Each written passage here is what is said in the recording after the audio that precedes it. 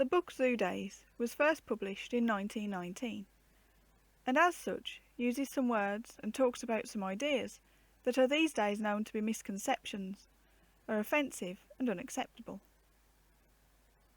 As such, when reading this book, we need to remember that it is over 100 years old, and what is said between the fictional characters represents common beliefs of the time, and not accurate information about the native inhabitants of the countries that are mentioned during the story. Chapter 32. Round the Fire. It was a dismal, wet afternoon, and there was a touch of autumn in the air. So Mother had a fire lighted in Dad's study, and directly Sister came, they all sat round. At least the grown-up people did. The children sprawled on the hearth rug most of the time. Of course the Graysons were there too, and it was all very cosy and comfortable, and Uncle looked as happy as could be. Sister had not come in her Red Cross uniform, but in ordinary dress, and Uncle must have thought she looked very nice, because he hardly took his eyes away from her. "Well, kiddies," he said as he lit his pipe, "I hear that while I have been fishing, you have been dreaming. The two often go together. Sister is dying to hear." "Yes," she said. "Tell me every dream, please." The whole tribe looked at Phil. He was the eldest, and he always did things first, but somehow he was shy and held back. "I dreamt," came a rather thick, shaky voice from under the couch. Everyone stared in amazement. It was Harold. Silent Harold. That he should speak, and speak first, was itself a dream. "I dreamt," he said, "I was a boy. Twice I dreamt it." "You can't," said Phil. "Only once. Other people have got to have their turn." "I'm only going to have one turn. It was all one dream. I was in a swamp." "You can't be in a swamp in bed." This from Joan.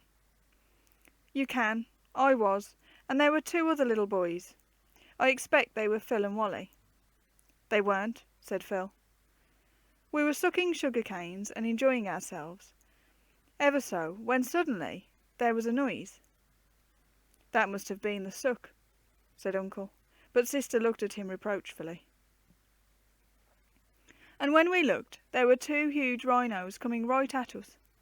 I felt for my penknife to cut off their horns, like Uncle said, and found I hadn't any pockets."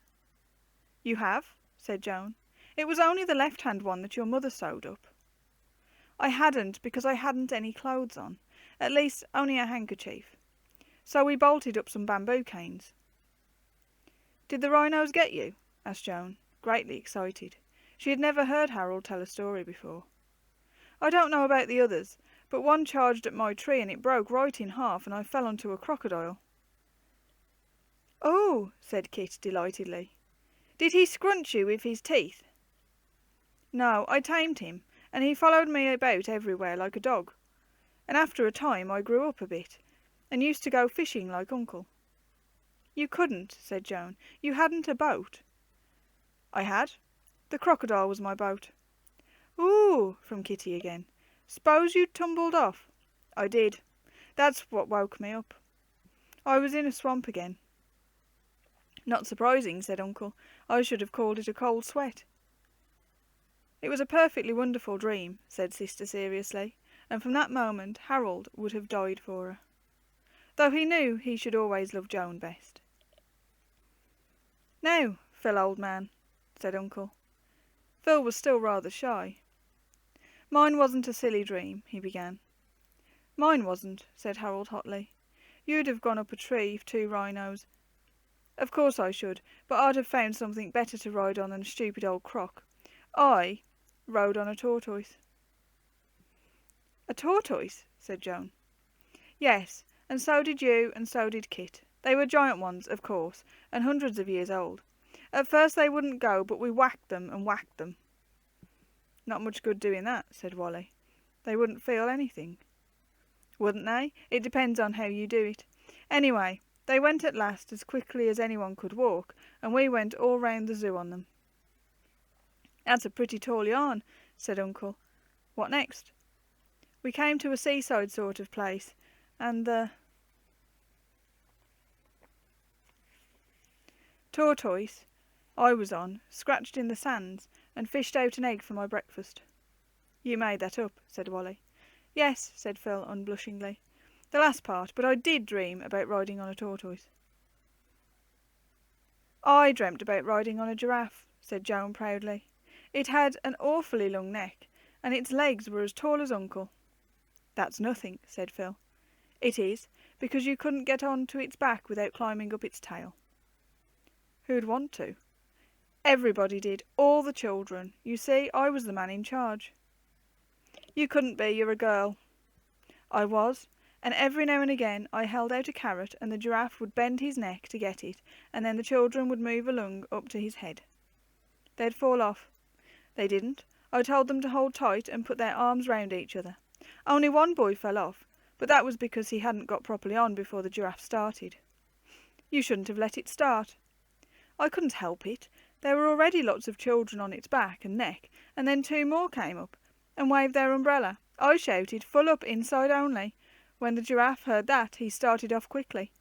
Perhaps he didn't want any inside passengers, like the Lady of Nigeria, as he only eats leaves. What did you do? I don't remember exactly. I was standing between his legs and he walked right over me. It was like going under a bridge, except that the bridge moved instead of you. And then his tail gave me a flick in the face and I woke up. Capital, said Uncle. You all seem to be born storytellers. What did you ride on, Kitty? I didn't ride on anything, said Kitty. The reindeer pulled me. The reindeer? Yes, it was all snowy and Father Christmas had lots to do, so he got some little girls to go round to all the houses and ask the children what they wanted for presents. And because it was a long way to go, he lent us his reindeer carriages. I didn't drive because I don't know how to, but I said where we were to go, and the very first house we came to was this, and Phil said he wanted...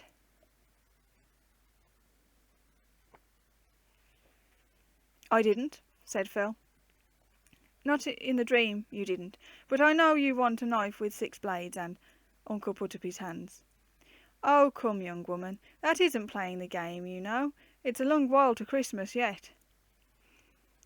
What did you choose for me? Asked Joan. Not anything.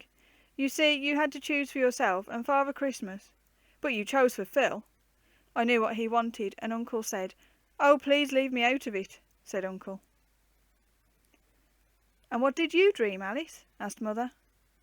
Mine was very funny, said Alice. I was out for a walk with Mum, and I held the dogs on the lead while she went in to the hairdresser's. I had on my summer frock with the blue and white check and carried the pink sunshade you gave me.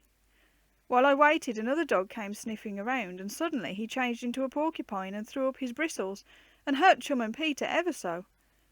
Hair-raising, eh? You should have taken him into the shop. I couldn't. The barber came out with a big broom and the thing rolled up into a ball and all the dogs went after it, but it rolled down and down the hill and I woke up. Then Hannah came in with the tea, and there was what Uncle called an interval for refreshments. Do you like our dreams? Asked Phil of Sister, his mouth full of cake. Ever so much. They're just lovely. I shall tell them to my patients. Lucky fellows, said Uncle. I shall have to be a patient again and come back. You've already heard them once, said Joan. But I've got 2 more, and we haven't heard Wally's yet. Wally's proved to be quite short. I dreamt about an owl, he said.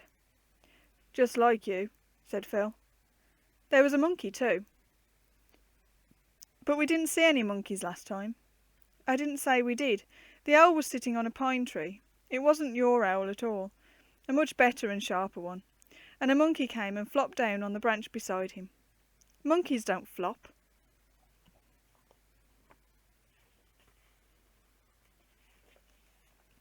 This one did. He was a silly sort of monkey like you. He stared at the owl a long time, and the owl stared at him. Then the monkey started to caper about and play with his tail, and I could see what his game was. He wanted to make the owl laugh. Did he? No, the owl took no notice, so the monkey tried to tell him a funny story, like you do sometimes. Ah, said Uncle. That woke the owl up, no doubt. It did. He gave a flutter and spread his wings, and the next moment the monkey was yelping and bolting as hard as he could. Why? Asked Kitty. Because the owl had nipped his tail. It was a nasty owl, said Kitty. He ought to have let the monkey finish his tail. But Wally has just told us the owl finished it for him, said Uncle. I expect one nip was enough. I had 2 more dreams, Joan reminded them. Let's hear them then, said Uncle. And after that, I believe we're going to get a surprise. A surprise? Echoed Phil. Hurry up, Joan. The first wasn't really a dream at all, said Joan. Why did you say it was then? Asked Phil. Because it was real. I'm sure it was real. I stood on the sands in a lovely seaside place, and there were lots and lots of seagulls. I had a plateful of bread and pieces of meat, and they flew round and picked off every one. What was the other dream? Oh, we had a most lovely zebra, and a baby one. I think Dad sent them. He couldn't. There are no zebras on the rock. Are there, Uncle? I don't know. The nearest thing I've seen is a mule. There are a few of them. But we're in dreamland, not in Gibraltar, aren't we, Joan? Yes. We had a kind of circus, and I was a Pierrette, and rode the zebra. Phil was the clown and wore stripes to match the zebras, only they were brown and not nearly so nice. Of course not. I suppose you tumbled off. I didn't, though the animals had a fright when they saw you, and when I jumped through the hoop the people clapped like anything.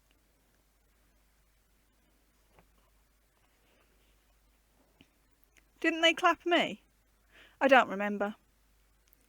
They're sure to have done, said Kitty solemnly.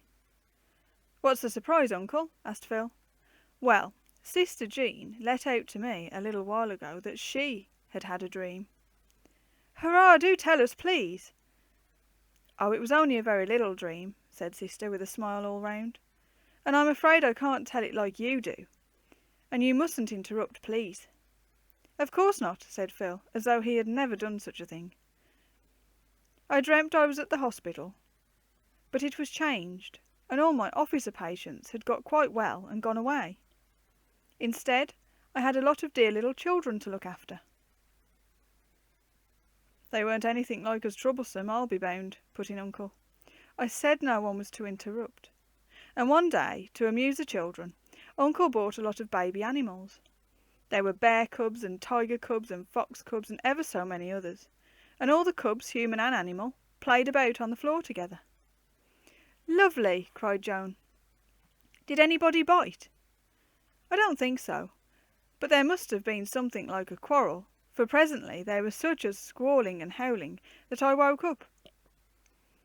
That was a lovely dream, said Joan, better than all the others.